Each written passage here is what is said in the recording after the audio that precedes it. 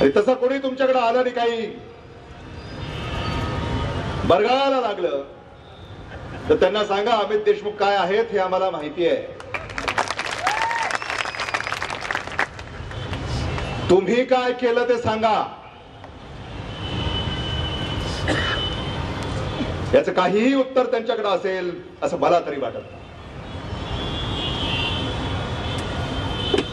हे जे 22 उमेदवार उभे आहेत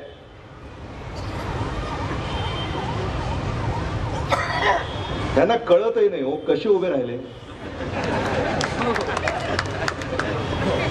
कळतही नाही का उभे राहिले, कशासाठी उभे राहिले, कोणी उभं केलं. मतदार हा आता सुजाण आहे. मतदारांची फसवणूक कोणालाही करता येत नाही. तर या लातूरच्या मतदारांनी काँग्रेस पक्षाच्या पाठीशी खंबीरपणे उभं राहण्याचं ठरवलेलं आहे.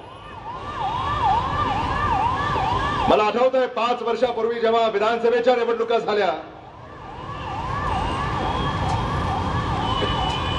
तेव्हा लातूर शहरामध्ये काँग्रेस पक्षाच्या विरोधामध्ये उभे असलेले सारे उमेदवार